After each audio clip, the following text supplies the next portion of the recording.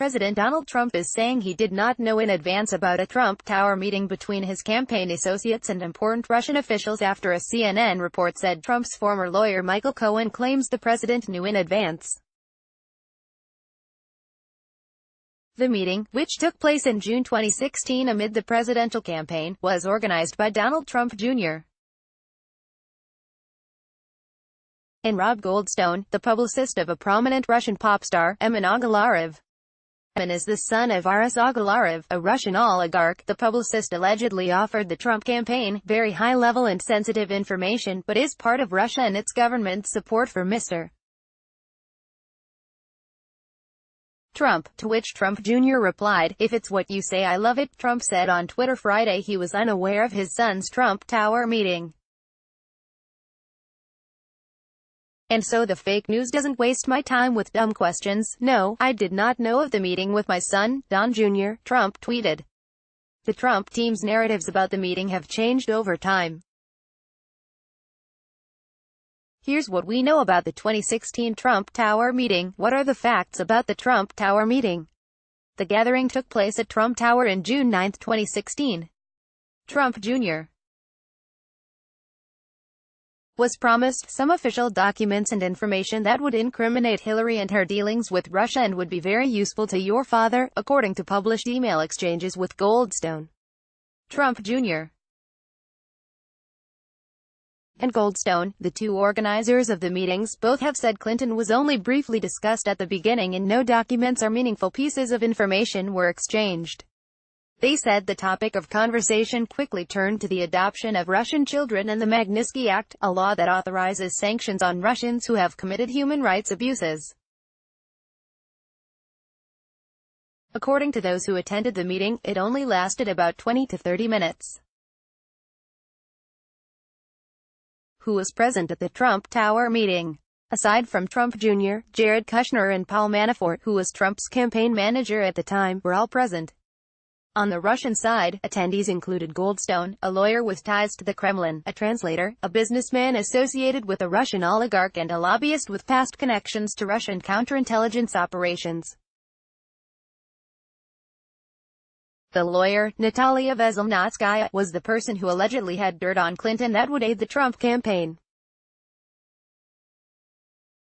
She said in a July 2017 statement that she discussed nothing at all about the presidential campaign at the Trump Tower meeting and that she had never acted on behalf of the Russian government. The lobbyist, Reynat Akhmetshin, claimed he attended the meeting to encourage amending the Magnitsky Act. Ike Avaladze, the businessman, has said through his lawyer that he was there to represent the Agalarev family. What has Trump's team said about the meeting in the past? Trump Jr.'s response on July 8, 2017. The New York Times first published the existence of the Trump Tower meeting. Trump Jr. said it was a short introductory meeting, primarily discussing a Russian adoption program and that it was not a campaign issue at the time. Reports then surfaced that Trump Jr. knew damaging information about Clinton would be provided. In response, Trump Jr.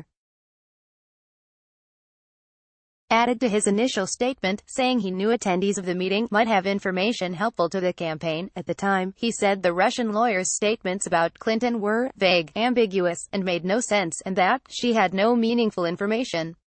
He said he believed the information on Clinton was merely a pretext for the meeting, and that the adoption program and the Magnitsky Act constituted its true agenda. Later, Trump Jr. provided screenshots of his email exchanges with Goldstone leading up to the meeting. Minutes later, the New York Times published a story disclosing those emails. The Times deputy managing editor said Trump Jr. posted the screenshots after being informed that the New York Times was doing a story on them. Trump's response: Trump's lawyer, Jay Sekulow, denied the president was involved in drafting Trump Jr.'s initial, misleading statement about the meeting, in which he claimed its primary purpose was to discuss adoption. Sekulow said on July 12, 2017, that, "I wasn't involved in the statement drafting at all, nor was the president." Less than a month later, The Washington Post reported the president was involved in the decision to construct Trump Jr.'s misleading statement and actually dictated the statement to his communications director, Hope Hicks. In response to the story, Sekulow issued a one-sentence statement: "Apart from being of no consequence, the characterizations are misinformed, inaccurate, and not pertinent. Did the president know about the Trump Tower meeting?" Trump and his associates have adamantly denied that he knew about the meeting before it occurred. After the news broke in July 2017, President Trump told the New York Times, "No, I didn't know anything about the meeting. Must have been a very unimportant meeting, because I never even heard about it." Shortly thereafter, he spoke to the press and said, "I'd only heard about it 2 or 3 days ago." Trump Jr. has corroborated that account. When testifying before the Senate Judiciary Committee in September 2017, he said he did not tell his father about the email exchange because I wouldn't bring him anything that's unsubstantiated, and because it had nothing to do with him. Cohen has claimed that Trump was in fact aware of the meeting before it occurred.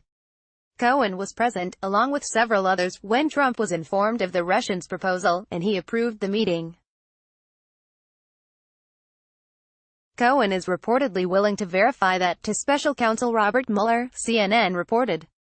Trump's lawyer Rudy Giuliani contradicted that account on Thursday night, saying that Cohen has been lying for years, and he'll lie like crazy because he's lied all his life. Democrats have pointed out that Trump Jr. called a blocked number in between 2 phone conversations with Agalarov about the meeting, according to records in Senate Judiciary Committee documents. Trump Jr. testified that he did not remember who he spoke to at that time, but others told the Senate Judiciary Committee that President Trump does use a blocked line.